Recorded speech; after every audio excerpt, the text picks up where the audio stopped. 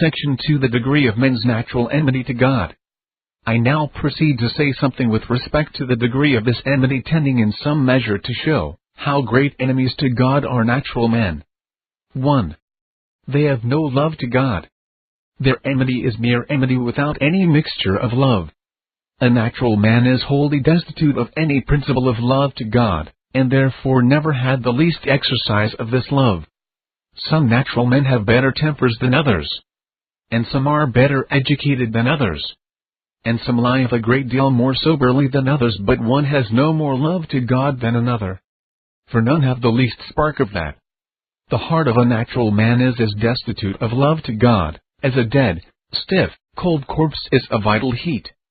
John 5:43. I know you, that ye have not the love of God in you. 2. Every faculty and principle of action is wholly under the dominion of enmity against God. The nature of man is wholly infected with this enmity against God. He is tainted with it throughout, in all his faculties and principles. And not only so, but every faculty is entirely and perfectly subdued under it, and enslaved to it. This enmity against God has the absolute possession of the man. The Apostle Paul, speaking of what he was naturally, says, I am carnal, sold under sin. The understanding is under the reigning power of this enmity against God, so that it is entirely darkened and blinded with regard to the glory and excellency of God. The will is wholly under the reigning power of it. All the affections are governed by enmity against God. There is not one affection, nor one desire, that a natural man has, or that he is ever stirred up to act from, but what contains in it enmity against God. A natural man is as full of enmity against God as any viper, or any venomous beast, is full of poison. 3. The power of the enmity of natural men against God is so great that it is insuperable by any finite power. It has too great and strong a possession of the heart to be overcome by any created power. Indeed, a natural man never sincerely strives to root out his enmity against God. His endeavors are hypocritical. He delights in his enmity, and chooses it. Neither can others do it, though they sincerely, and to their utmost, endeavor to overcome this enmity. If godly friends and neighbors labor to persuade them to cast away their enmity, and become friends to God, they cannot persuade them to it. Though ministers use never so many arguments and entreaties, and set forth the loveliness of God, tell them of the goodness of God to them, hold forth God's own gracious invitations, and entreat them never so earnestly to cast off their opposition, and be reconciled. Yet they cannot overcome it. Still they will be as bad enemies to God as ever they were. The tongue of men or of angels cannot persuade them to relinquish their opposition to God. Miracles will not do it. How many miracles did the children of Israel see in the wilderness? Yet their enmity against God remained, as appeared by their often murmuring. And how often did Christ use miracles to this end without effect, but the Jews obstinately stood out. Matthew 23:37. O Jerusalem, Jerusalem, thou that killest the prophets, and stonest them which are sent unto thee, now often would I have gathered thy children together, even as a hen gathereth her chickens under her wings, and ye would not. And how great did the enmity of these people appear to be after all! How spiteful and venomous were their hearts towards Christ, as appears by their cruel treatment of him, in his last sufferings. 4. They are mortal enemies to God. That is, they have that enmity in their hearts, that strikes at the life of God. A man may be no friend to another, and may have an ill spirit towards him, and yet not be his mortal enemy. His enmity will be satisfied with something short of the death of the person. But it is not so with natural men. With respect to God they are mortal enemies. Their imbecility is no argument that this is not the tendency of the principle. Natural men are enemies to the dominion of God, and their nature shows their goodwill to dethrone him if they could. Yea, they are enemies to the being of God, and would be glad if there was no God. And therefore it necessarily follows that they would cause that there should be none, if they could. Psalm 14:1. The fool hath said in his heart, there is no God. This implies, not only an aptness to question the being of God, but that he inclines it should be so.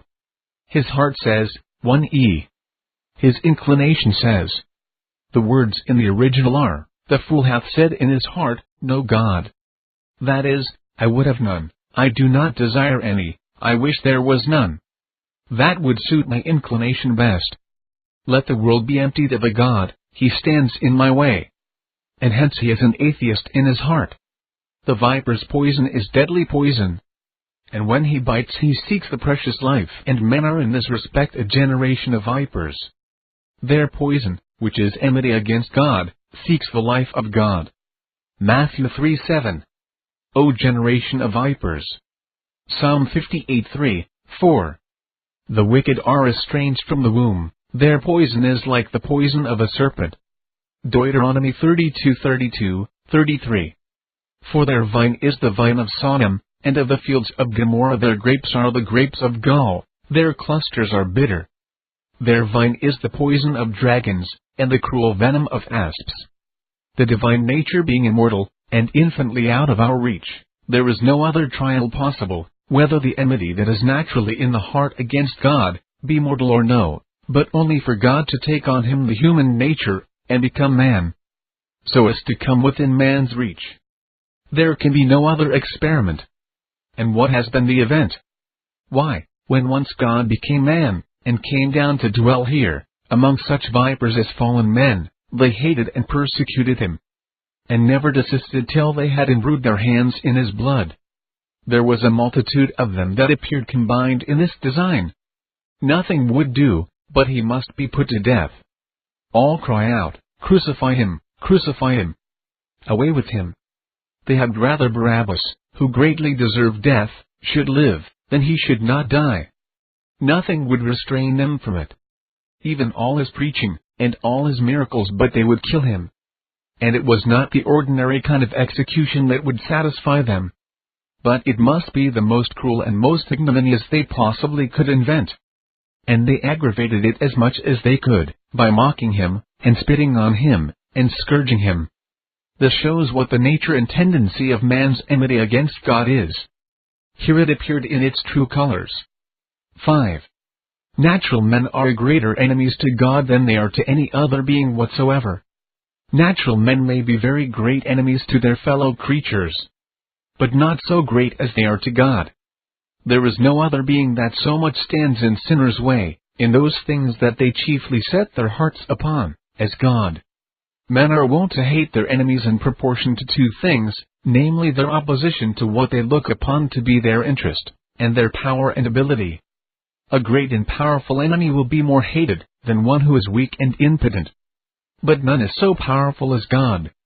Man's enmity to others may be got over time, may wear it out, and they may be reconciled. But natural men, without a mighty work of God to change their hearts, will never get over their enmity against God. They are greater enemies to God than they are to the devil. Yea, they treat the devil as their friend and master, and join with him against God. John 8:44. Ye are of your father the devil, and the lusts of your father ye will do. He was a murderer from the beginning. This Reformation audio track is a production of Stillwater's Revival Books. SWRB makes thousands of classic Reformation resources available, free and for sale, in audio, video, and printed formats.